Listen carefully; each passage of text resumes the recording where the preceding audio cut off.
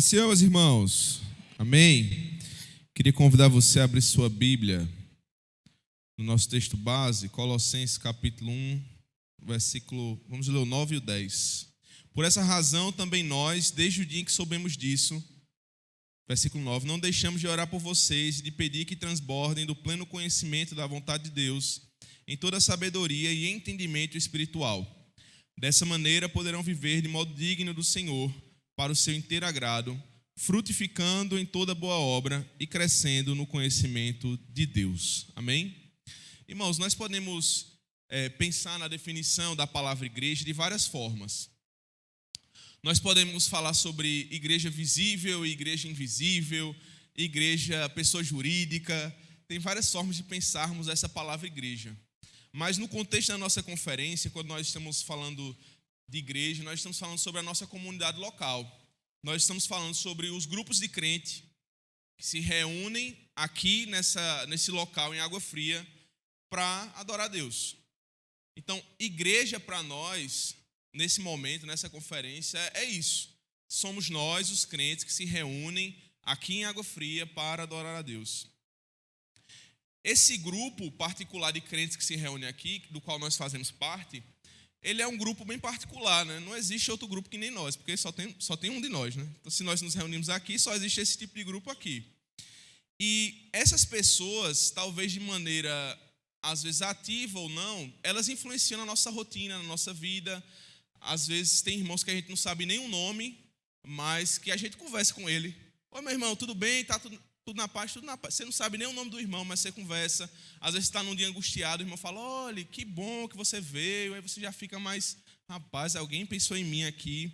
Então, essa comunidade, essa igreja de Água Fria, ela é esse grupo, somos pessoas que estamos reunidos no mesmo propósito e que temos muito em comum, mesmo que nós não tenhamos nenhum tipo de, nem conhecer nenhum nome da pessoa, mas nós temos muito em comum. Concordam, irmãos? Amém? Amém. E uma pergunta sobre esse grupo de pessoas, ou sobre nossa comunidade, sobre nossa igreja, é se é possível medir, presta atenção, viu? Hoje a gente vai falar de matemática e estatística, mas veja, é possível medir a qualidade do nosso grupo? É possível medir a qualidade da nossa comunidade, da nossa igreja? É possível nós avaliarmos se nós somos uma boa igreja ou se não somos uma boa igreja? É possível fazer isso, irmãos? Vocês acham que sim ou que não? Veja, John Stott, um pregador, um escritor muito famoso, né? Ele escreveu um livro chamado Igreja é uma Comunidade. É um livro que, para mim, é muito base para entender esses processos que nós temos vivido. Foi um livro que eu usei bastante para estudar isso. E nesse livro, Igreja é uma Comunidade, John Stott, ele coloca 2 fatores que devem ser levados em consideração como métrica para saber se a nossa igreja é boa ou não é. Se nossa comunidade é uma comunidade de qualidade ou não é uma comunidade de qualidade. Quais são essas 2 métricas, esses 2 pontos que John Stott coloca? Primeiro, ele vai falar sobre a pureza. Ele vai falar sobre a pureza da igreja. E quando ele fala sobre pureza, ele vai falar sobre a pureza doutrinária da igreja. Se a igreja ela tem uma boa doutrina, se ela é isenta de heresias, se a forma como a comunidade conduz as ações delas são coerentes com a palavra de Deus. Então, se ela se comporta dessa maneira, ela é uma igreja que está pura, no sentido dele, né? Ou seja, é uma igreja que está adequada às Escrituras, não há máculas em relação à Escritura. Um outro ponto que ele coloca é a unidade. Ele vai dizer o seguinte, só a pureza doutrinária não é relevante o suficiente, não é importante o suficiente. Por quê? Porque uma comunidade não se forma apenas de doutrina, nós não somos uma escola.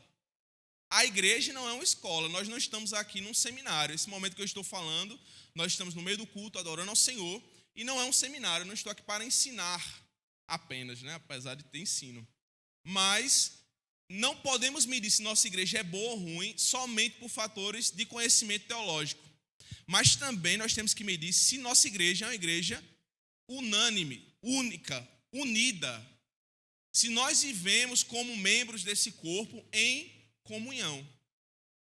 Então, com esse ponto da unidade, né, verificando a unidade, nós vamos saber, nossa igreja tem muitos grupinhos, esses grupinhos não se conversam, existem divisões dentro da igreja.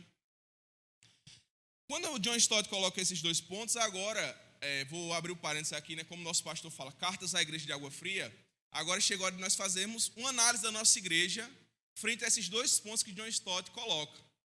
Então, eu como membro dessa igreja, eu não sou pastor, não faço parte do ministério, eu posso avaliar isso um pouco mais de fora. Então, para mim, como membro dessa igreja, eu analiso que nossa igreja nós temos bons pastores, nós temos um bom ministério, nós temos uma boa integridade doutrinária. Eu estou aqui há pelo menos 3 anos, nunca ouvi ninguém subir aqui para falar uma heresia esdrúxula, nunca ouvi ninguém falando aqui algo que não está em comparação ou esteja compatível com a palavra do Senhor. Nós temos irmãos que são muito inteligentes aqui, que sobem aqui para dar reflexão de ofertório. Então, isso me mostra que a nossa comunidade, em termos de pureza, esse ponto da pureza doutrinária, nós estamos no bom caminho. Amém? Amém, irmãos. Graças a Deus, sinceramente também, né? Mas amém. Então, a pureza é uma qualidade da nossa igreja. A pureza doutrinária é uma qualidade da nossa igreja. Nós colocamos realmente Jesus no centro das nossas pregações aqui, no centro das nossas conversas, no centro das nossas ações, e clamamos ao Espírito Santo a todo momento que nos ajude, nos transforme, nos mude, e isso significa que nós somos doutrinariamente puros. Amém? O outro ponto que John Stott coloca é o ponto da unidade. Irmãos, assim, veja, quando eu falo sobre comunhão, ou quando eu penso sobre comunhão, nós temos que entender que comunhão não é amizade. Isso significa que uma comunidade do tamanho da igreja de Água Fria, nem todos nós vamos ter laços de amizade. Nem todo mundo dá para ir para a minha casa, irmãos. Apesar de algumas vezes a gente ter levado a Jovep lá para a nossa casa, 50 jovens atolados dentro da minha casa lá, mas nem sempre dá para fazer esses momentos. Mas uma igreja não pode ser medida, a comunhão da igreja, a partir das amizades. Porque nem todo mundo fala comigo. Irmão, você está querendo muitos amigos. Você vai dar conta de ter tanta amiga assim, 300 pessoas para você receber mensagem no WhatsApp, responder. Não é tão fácil, né? Mas a comunhão ela é medida quando nós vemos dentro da nossa comunidade um interesse genuíno uns pelos outros. Então, se alguém tiver problema, eu estou disponível para cuidar. Se eu tiver algo que meu irmão precisa, eu estou aqui para compartilhar. E nós estamos todos envolvidos na mesma missão. Temos isso aqui, irmãos? Temos, amém. Então, segundo John Stott, nossa igreja seria uma igreja de alta qualidade. Temos pureza doutrinária e temos unidade. Porém, irmãos, eu queria humildemente adicionar um ponto de análise ao que John Stott coloca no livro dele. Porque, veja, quando nós pensamos apenas nesses dois pontos, pureza doutrinária e unidade, nós acabamos por olhar apenas internamente para a igreja. Então, a igreja ela vai ser medida apenas pela qualidade dela interna. Então, imagine o seguinte, irmãos, nos juntamos aqui os irmãos que vieram para a escola dominical e formamos agora um clube. Esse clube é o Clube de Estudos Bíblicos. Então, nossa comunidade agora é voltada a nós, somente nós aqui que estamos aqui, nos unirmos, lermos a Bíblia, estudarmos os autores, pegarmos os livros, abrir as teologias sistemáticas, teologias bíblicas, estudarmos e nos aprofundarmos, até nos afastarmos da nossa comunidade. Vamos construir um condomínio só da gente aqui, e nós vamos estudar com afinco a palavra do Senhor. E nós vamos compartilhar nossas refeições, e nós vamos interagir uns com os outros, vamos cuidar uns dos outros, compartilhar uns com os outros.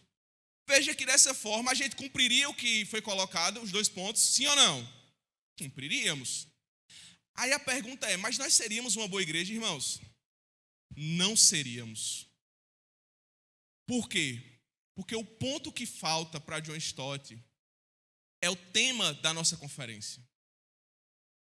Uma igreja não pode ser medida apenas pela pureza doutrinária e apenas pela unidade dos membros, mas pela relevância, pelo frutificar dela.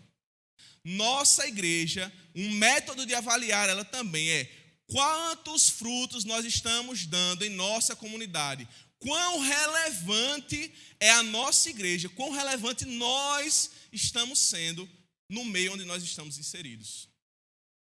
Perceba que isso já traz para nós agora, fazendo uma análise de nós mesmos como igreja, já traz um pouquinho mais de responsabilidade. Amém? Amém. Então, quando nós olhamos para esse ponto, né, da relevância ou do frutificar, isso traz, na verdade, uma responsabilidade pessoal. Isso representa que cada um de nós tem uma responsabilidade individual com a qualidade da nossa igreja. Veja, irmãos, nós não podemos esperar que uma boa igreja signifique que nós temos um bom pastor, ou bons pastores, ou bons pregadores. O pastor Elton ontem aqui, pastor Misael levantou o ponto, né, que é bom para nós, mas nos traz responsabilidade de saber que tem alguém olhando para nós. Mas eu, sinceramente, irmãos, aqui tem alguém de Caruaru, mas não, né? Já foi, né? Só temos nós aqui. Eu, particularmente, me senti um pouco incomodado. Incomodado, irmãos, em que sentido? Em saber que tem irmãos que estão olhando para nós e estão fazendo muito mais do que nós. A gente tem que posso ser sincero, né, irmãos? Amém? Muito mais do que nós, irmãos. E eu vou dizer para vocês, o pastor Elton falou, eu tenho ali 10 líderes de alta qualidade. Eu digo aqui, a gente aqui tem 50, a gente aqui tem 100 pessoas de alta qualidade. E por que, irmãos, isso não se converte?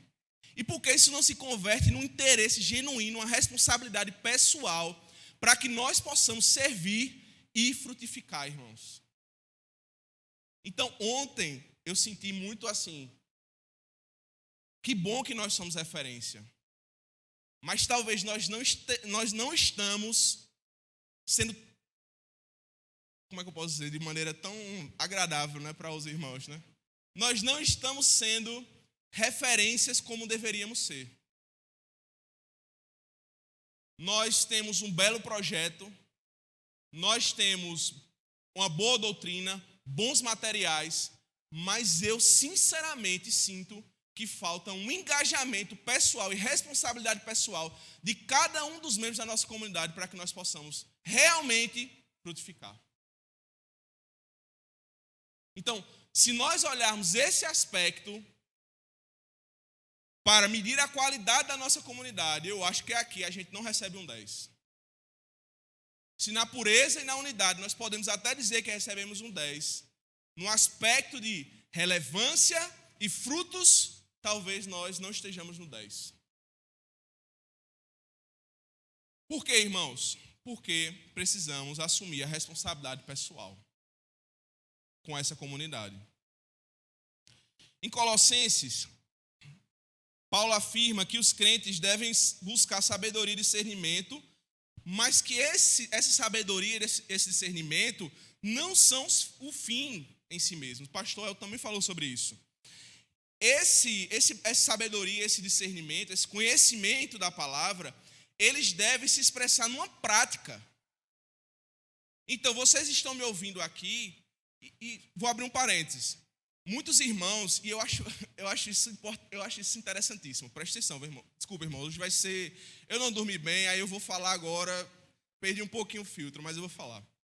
Tem irmãos que dizem o seguinte: de novo esse material no GV, de novo a gente está falando aqui sobre discipulado.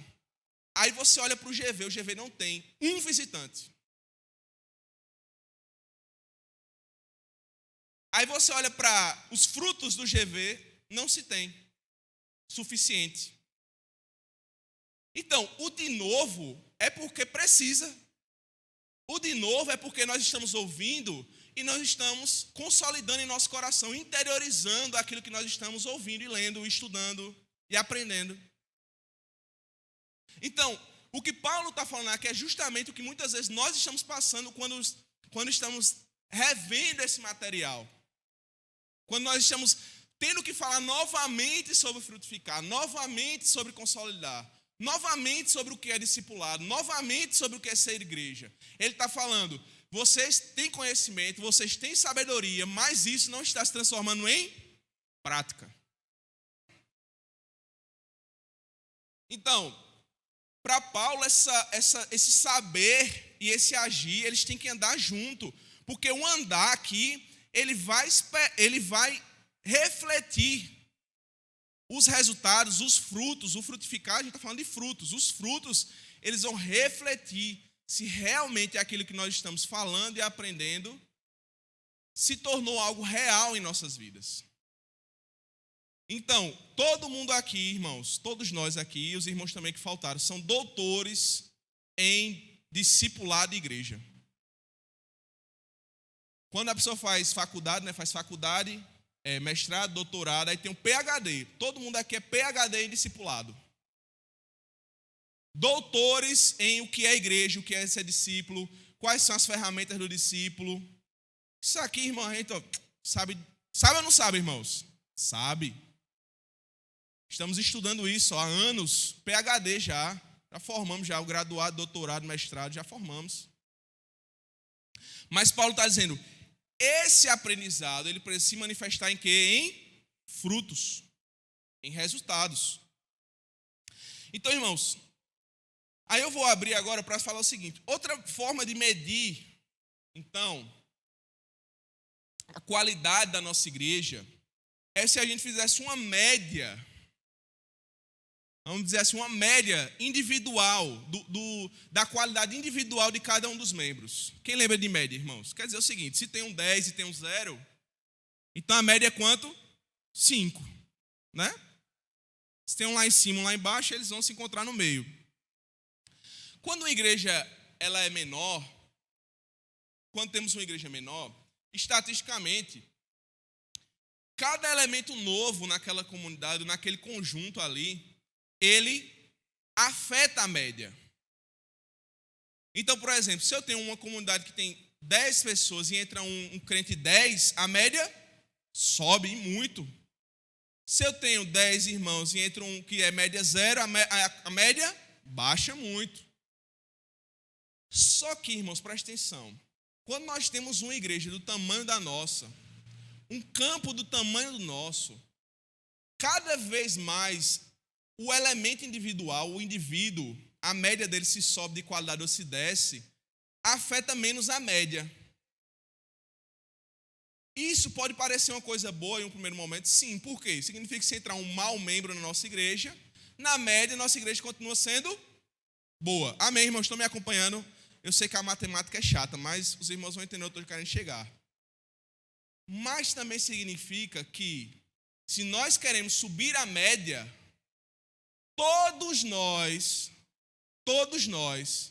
precisamos nos responsabilizar em melhorar nossa qualidade como crente. Percebe como existe essa questão da responsabilidade individual? Porque se só os pastores e o ministério começarem a orar ardentemente, o Espírito Santo descer na vida deles, o fogo descer, e eles começarem aqui, todo o culto, não fala nem mais, rapaz, se eu já é falando em línguas, e abre a Bíblia e prega, e é teologia. Isso vai adiantar de alguma coisa se a igreja não acompanhar, irmãos? Não. A qualidade média da nossa igreja vai ficar da mesma.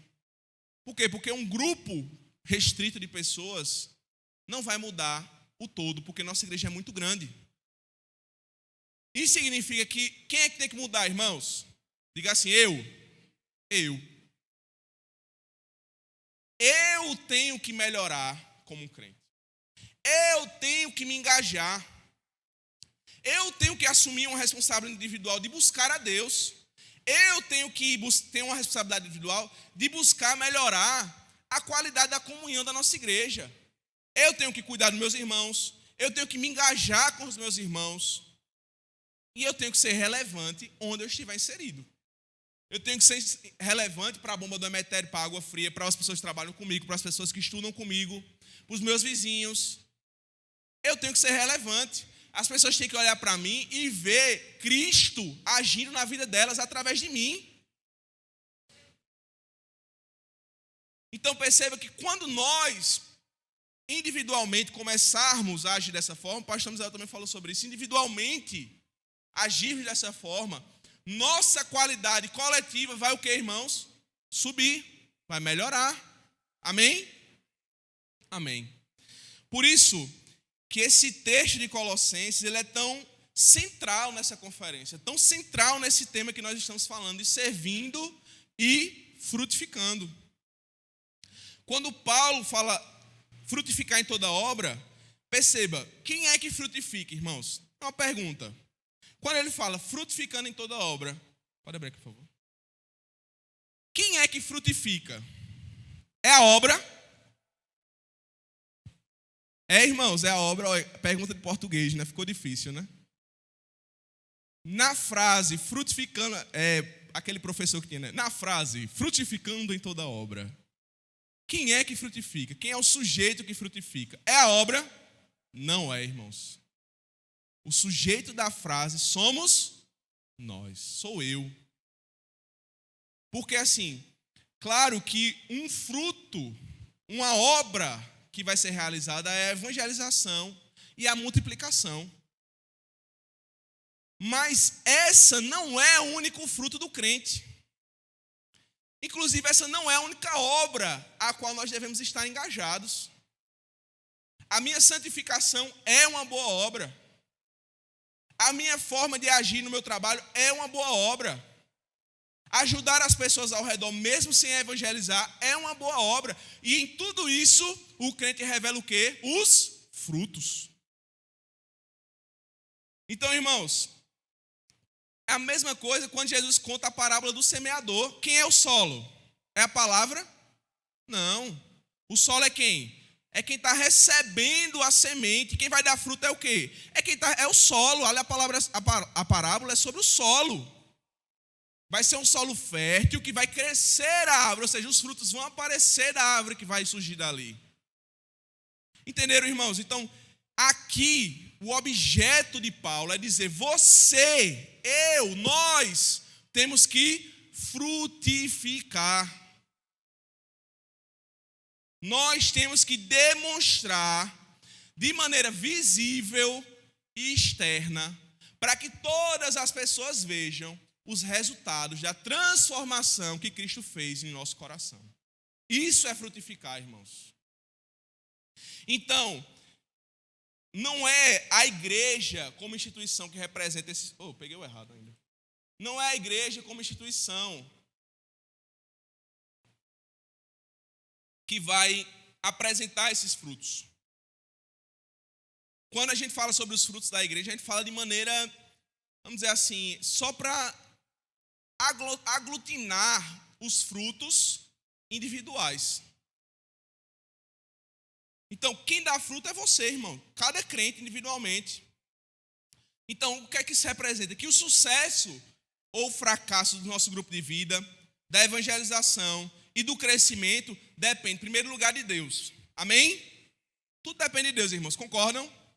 Você pode dizer isso. Porque se eu dissesse assim, depende de você, você ia dizer, não, depende de Deus.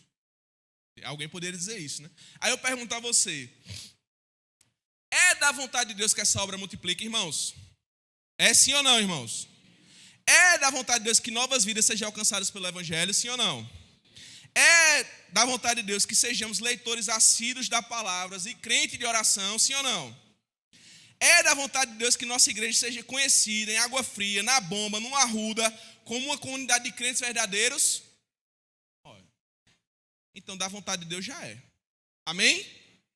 E agora está faltando a vontade de quem, irmãos?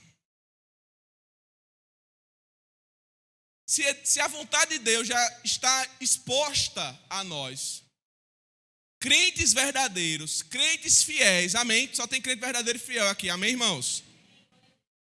Então, com quem está essa responsabilidade de fazer isso acontecer? Qual é o coração que precisa dobrar a vontade de Deus? É o nosso. Nós, se isso tudo que nós falamos é da vontade de Deus, conforme a palavra dele diz, e a gente pode abrir a palavra, ler os versículos, mas pelo tempo também seria muita coisa. Mas se é da vontade de Deus, tudo isso, agora o que resta é que eu, como crente, me dobre a essa vontade. É que eu, como crente, viva essa vontade de Deus. Então, eu preciso compreender o seguinte, que frutificar em toda obra é um aspecto essencial da minha vida como cristão. Quando o Espírito Santo habita em nós, vai acontecer uma transformação em meu coração, e essa transformação que é interna em um primeiro momento, ela agora tem que se manifestar externamente, através das ações, e essas ações vão demonstrar o quê? O caráter de Cristo em mim.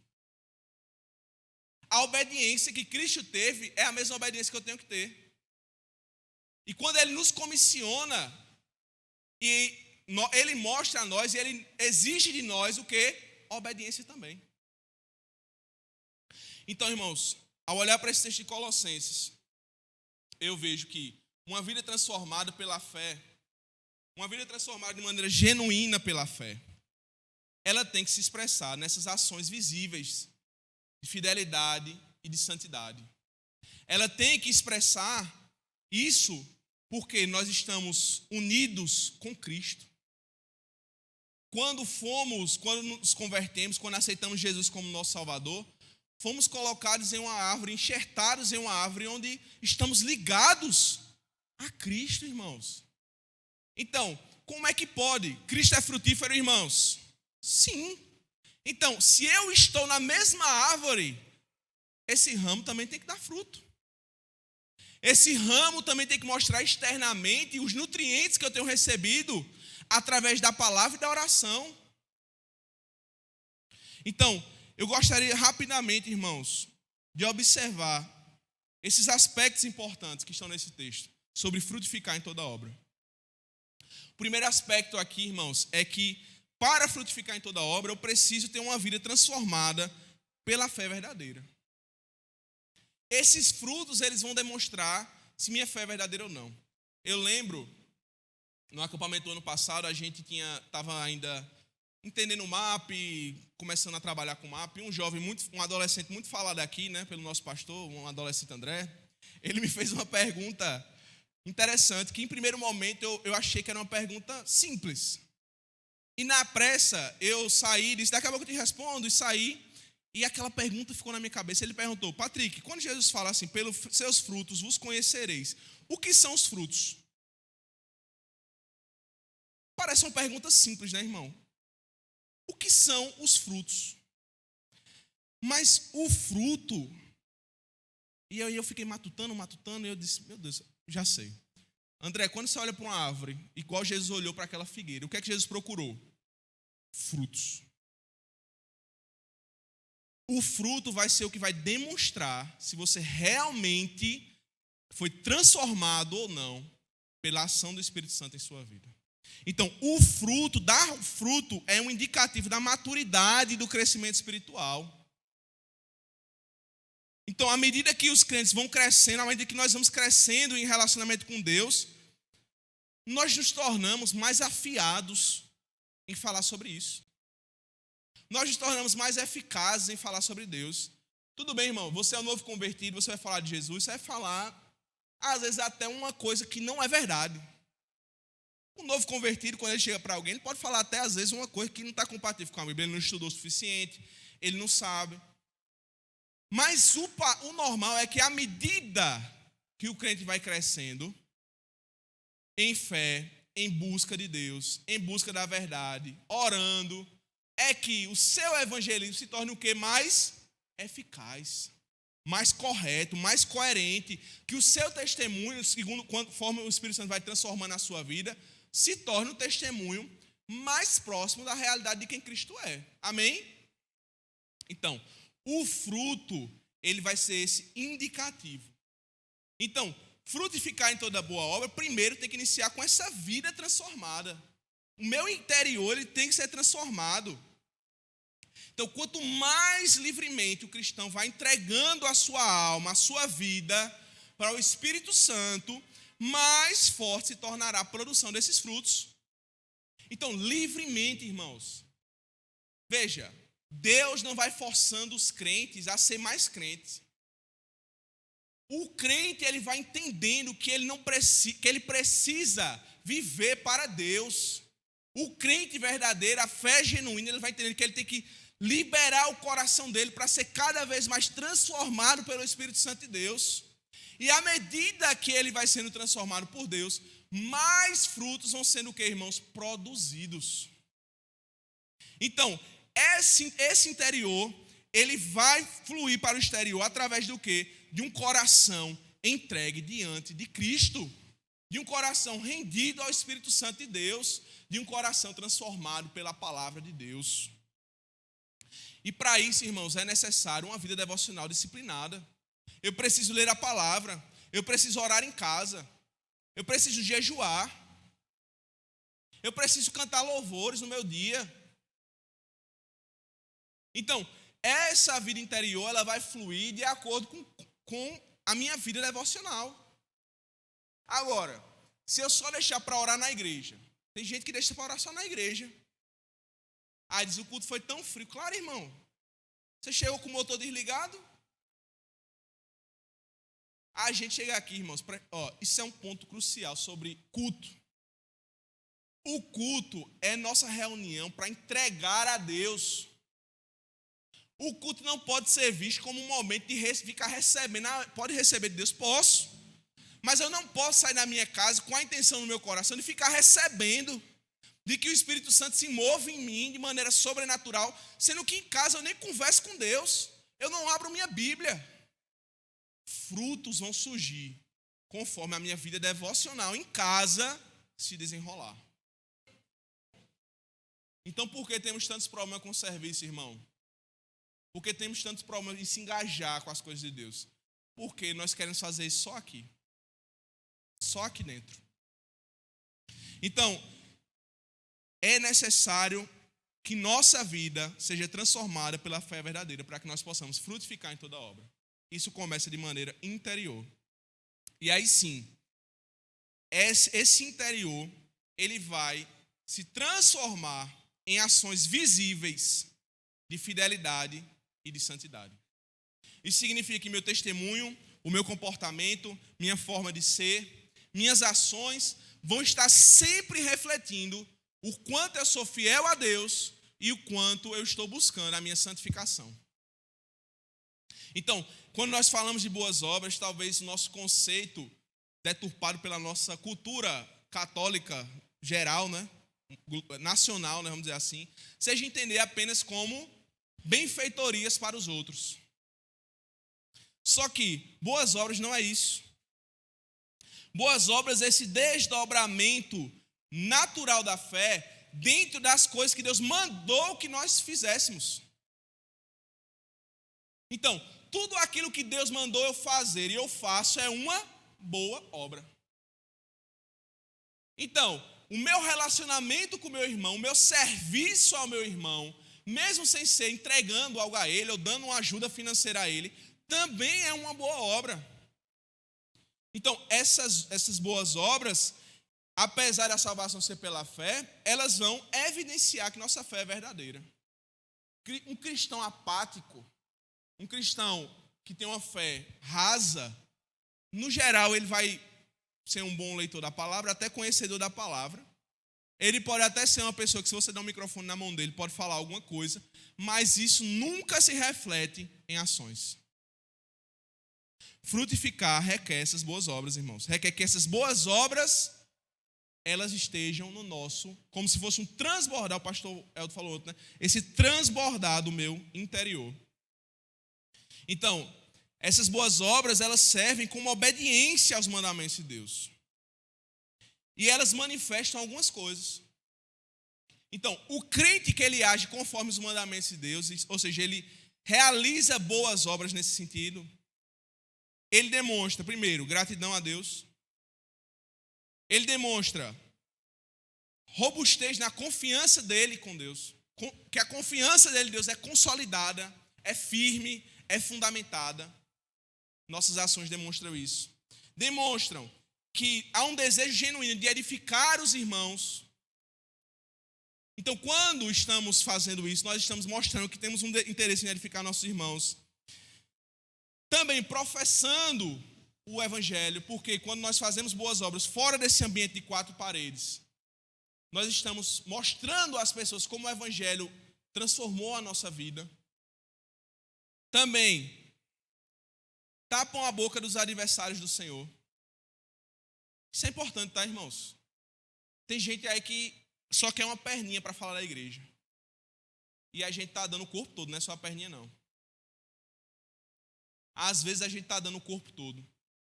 Às vezes a gente vê o necessitado, o órfão, a viúva, e a gente simplesmente passa batido. Quem vê de longe que não é crente fala o quê? Você não era... Ali os crentes, ó, não ajuda ninguém.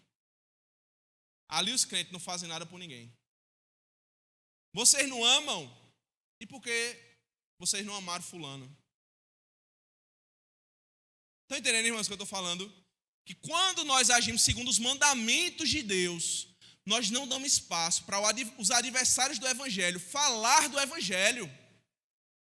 Porque se vivermos o verdadeiro Evangelho, irmãos, a palavra de Deus se espalharia de maneira muito exponencial, irmãos. O pastor falou ontem aqui, eu fiquei pensando ali, eu digo, meu Deus, será que até o final da minha vida eu dou fruto para 100? Por quê? Veja a complexidade, irmãos, do crente. É 1 para 30. 1 para 30 não é nem tão bom. 1 para 50. Ou seja, você, crente, 1 para 50. E 1 para 100. É muito fruto, irmão. E eu fiquei pensando, meu Deus, será que eu consigo um dia multiplicar para 100? Me ajude, me dê graça, né?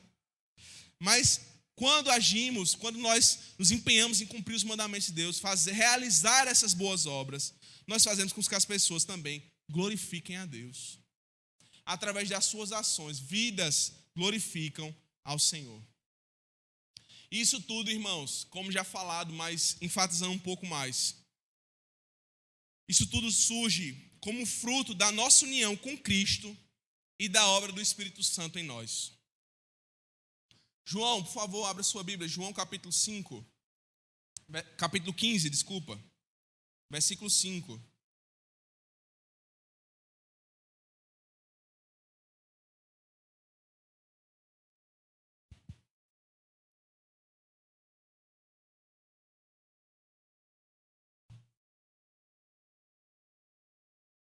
João capítulo 15, versículo 5, vai dizer: eu sou a videira, vós as varas, quem está em mim e eu nele, esse dá muito fruto, porque sem mim nada podeis fazer. Então, irmãos, o crente, para frutificar em toda boa obra, ele precisa estar em Cristo, permanecer em Cristo, depender diariamente de Cristo, ter um relacionamento contínuo e íntimo com Jesus. Só assim nossos frutos poderão ser duradouros.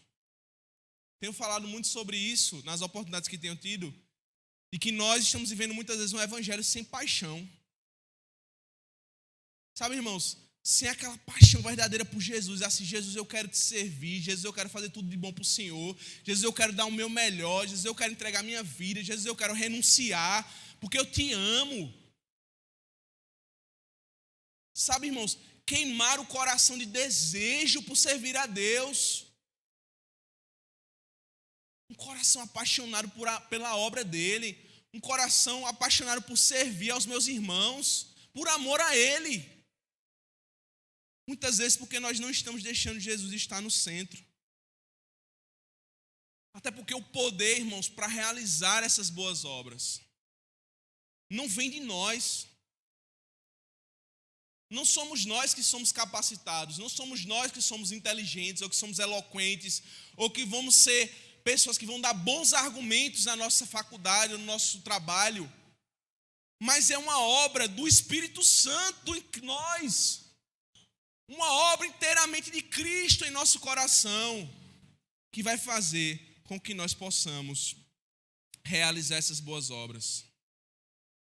Sendo assim, irmãos, essa vida transformada pela fé verdadeira, ela precisa se expressar em ações visíveis de fidelidade e santidade, como fruto dessa união que nós temos. Tem união com Cristo, irmãos, você? Amém? Então, esse frutificar em toda obra que você fizer, vem dessa união e obra do Espírito Santo. Frutificar, então, irmão, se torna o quê? O estado natural do crente. Entende, irmãos, que frutificar, a gente olhando por essa perspectiva, não deveria ser uma coisa que nós estamos forçando fazer. Mas que nós, como cristãos genuínos, deveríamos ter como algo natural nosso. Eu devo realizar as boas obras naturalmente. Eu devo evangelizar naturalmente. Eu devo servir ao meu irmão naturalmente. Por quê? Porque meu coração foi tomado por Cristo. E não há outra maneira de viver que não seja essa. Esse frutificar não cessa. Nós não podemos cessar de realizar ações segundo a vontade de Deus, servindo a Deus e a nossa comunidade a todo momento com alegria, irmãos. Então, que nós possamos entender, nesse tempo de frutificar que nós vivemos, nossa conferência é frutificar, servindo e frutificando, que é uma responsabilidade individual minha. E uma responsabilidade não só individual, como deveria ser natural minha, de servir a Deus, de servir a minha comunidade. E esse serviço, naturalmente, vai gerar o que, irmãos? Frutos. Amém, irmãos?